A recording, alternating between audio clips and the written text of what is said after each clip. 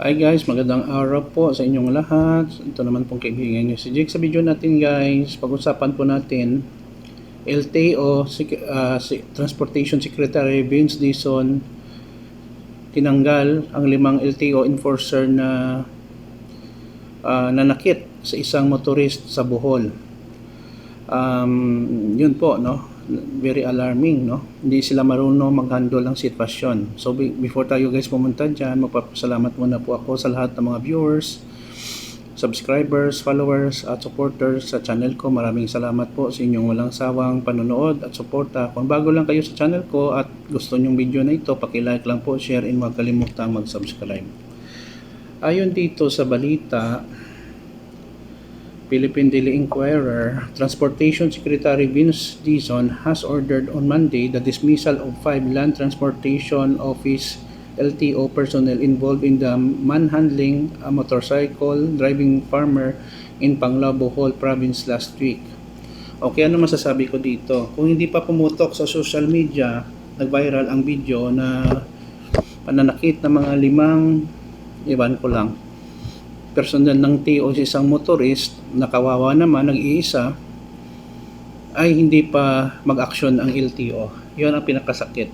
Kung big time, big shot, may sasakyan na magarang, mayaman, hindi nila yun ma-assault o masasaktan kasi takot din sila balikan. Pero kung ordinaryong tao lang, motorist, tricycle driver, kawawa, yun ang palagi nilang hinuhuli. Okay? So, ano ba to?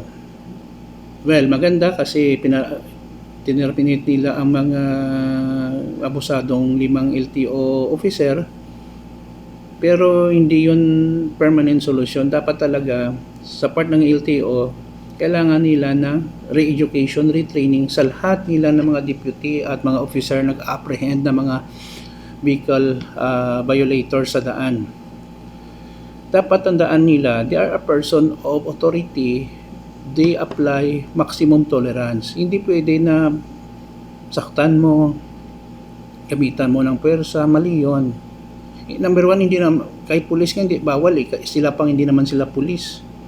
At saka, bigyan nila ng chance ang motorist na mag-explain. Kung may violation, okay, lagyan mo, confiscate the license, tikitan mo, yun lang. No need for them to hurt or saktan ang violators or mga motorista. Wala silang karapatan, kahit pulis nga walang karapatan.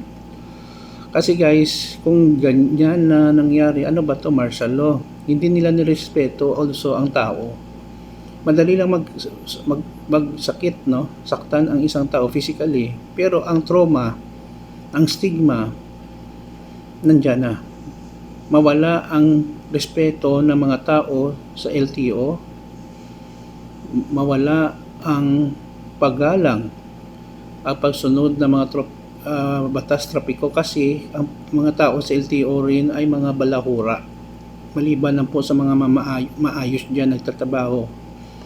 So lesson learned, follow the right rules sa daan, sa part ng LTO. Pag-aralin nila kung paano talaga mag-handle ng every situation ng mabuti, no? Hindi bara-bara at hindi dapat manakit at bastusin ang mga motorista na may mga violation. Tamang ticket, get the multa lang, walang physical harm. Yun lang po guys, maraming salamat po sa inyong walang sawang panonood sa channel ko. Please like, share, and mag-subscribe. I love you all. Ingat po tayo guys. Ito naman po ang kaibigan ni Jake. Paalam guys.